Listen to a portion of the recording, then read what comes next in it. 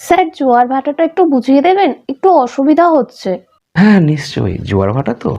ঠিক আছে, আজকে একে পড়া বোঝাতে বোঝাতেই নিজের মনের জোয়ার ভাটার কথাটা বোঝাবো।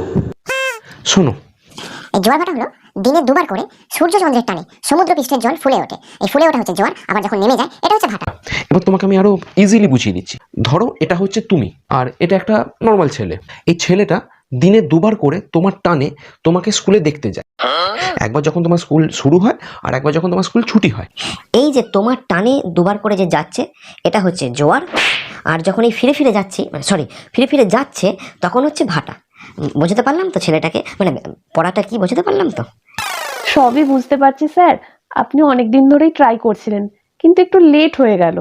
মানে লেট হয়ে গেছে মানে? আসলে কিছুদিন আগে অঙ্কের স্যার ওই লাভ ক্ষতির অঙ্ক করাতে করাতে আসল লাভের বিষয়টা বুঝিয়ে দিয়েছে।